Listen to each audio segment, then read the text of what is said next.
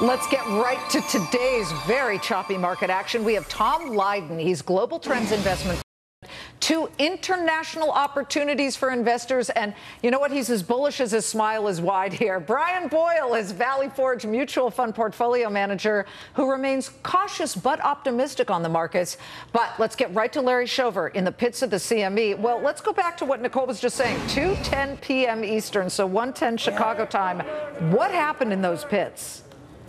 You know, it just got really crazy. I mean, tensions are running high. They've been running high all morning. But to your point, when that dropped like that, it really did catch everybody by surprise. Nobody really trusted yesterday's stability and was just waiting for the other shoe to drop. However, everybody kept looking at each other, screaming, getting on the phone. Why are we dropping? No one seemed to know why. Just good old-fashioned momentum. We do know now that a lot of it was news coming from Russia. However, traders here thinking just a lot of momentum with lack of liquidity in the marketplace. Brian Boyle, I know you're not as big of a bull as Tom is, and we'll get to Tom in a second, but you are a bull. Do you buy on a dip like today?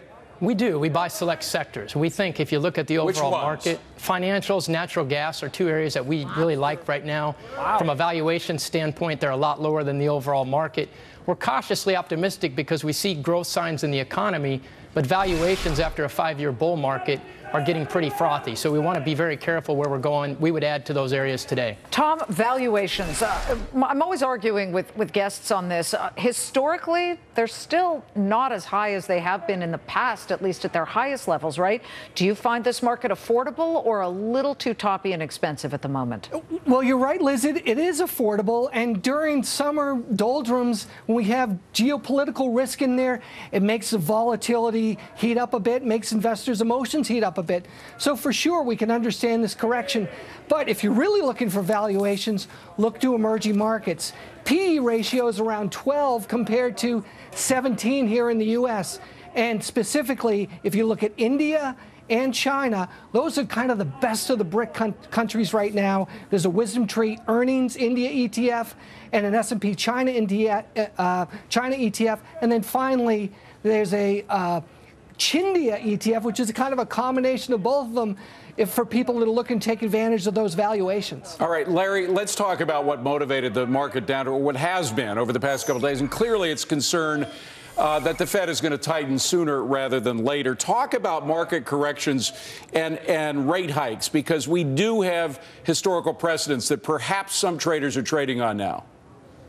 Yeah, that's exactly right. But if you look behind me, the Fed futures pit, that's still implying that we won't see a hike until the middle of June 2015. It is true that the odds have increased a little bit for an increase in March to about 28 to 30% right now.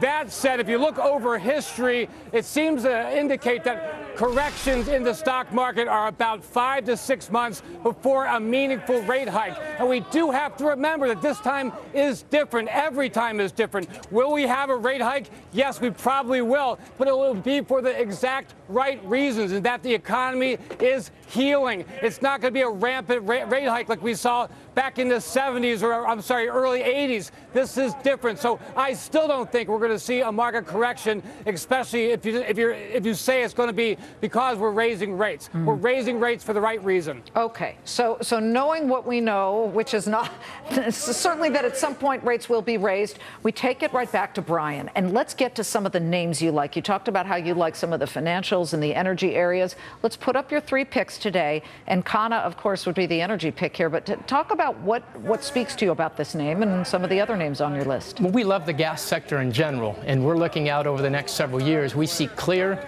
and significant demand drivers coming that are going to lead to significantly higher demand for natural gas. We like Encana.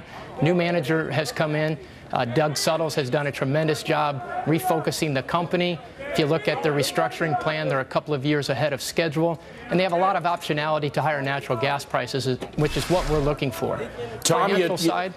I'm sorry, go ahead, finish your thought, Brian. On the financial side, Bank of America is our #1 pick there. We love Bank of America. If you look at it from a fundamental standpoint, they have a tremendous franchise, currently being clouded by what's going on with the countrywide settlements.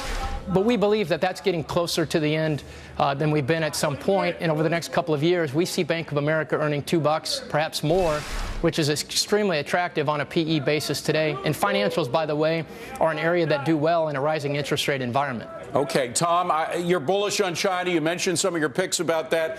Today, we saw service sector numbers that were not good from China. Does that concern you?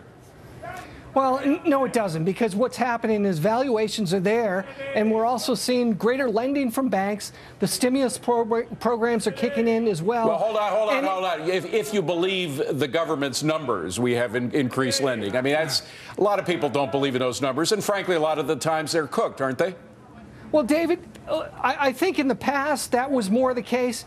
Chinese people, especially in the government, have a lot of pride. And pride in numbers today, especially as the global economies are looking at them. Let's be honest, Tom. They also have a lot of cheats in government. Well, you find a bad Enron over in China, they lose face. So the important thing right now, I think, is, yes, look closely, make sure you lift up the hood, but the big ETFs own mostly the liquid companies, the ones that have the best, from an accounting standpoint, numbers, frankly. Let me just jump in here. We do have the Groupon numbers coming through. The stock is trading below what it closed at the moment. It did miss the Whisper number. The Whisper number was a gain of about 3 pennies. I'm pretty sure I'm seeing, is it correct to say a penny here? Maria, it's a penny per share. And you can see that the bid is at $6.03. The closing value was at $7.07 for Groupon. So it is, David, trending lower here as we wait to hear on everything from whether they're able to transform this model from just email alerts on, hey, here's a coupon, Groupon coupon, to something a little bit more social media-esque. What do you think, Larry? You look at these numbers after hours, they don't look good for Groupon. No, they don't. But I mean, it's hard to get really excited about a company that has so much competition. They have to transform themselves in a way to compete with Amazon. How are they going to do that? I'd love to see it happen, but you have to also remember deteriorating income. They have return on investment has been dismal. Revenue's been bad. They're trying to move from a push-to-pull environment at the same time trying to make inroads in Asia and again, recreating themselves. So it's down 40% on the year. Does it have some life? I don't know. I think your money could be invested in better places right now. In better places. And it is a miss on revenue. So at the moment, Groupon is still holding these losses after the market session. Which brings me to Brian. When you put up a name, say, for example, like Bank of America or AIG, these are somewhat controversial depending on the headlines du jour, but you're sticking with them. Why is it so important to have these two financial names in a portfolio? Well, first off, from a valuation standpoint, they're a lot lower than the overall market. We think patience pays. You pointed out that they are controversial.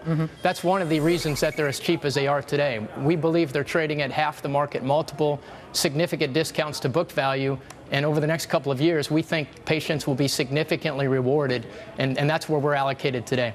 Okay, Tom, what about the technology in general? Well, technology in general is moving nicely, David. I mean, earnings are there, and when you look at earnings right across the board, which is driving the market, they continue to beat expectations. So this, as far as the S&P 500, with 80% reporting, we may have the best record quarter in history, and a lot of that is earnings driven. Okay, we need to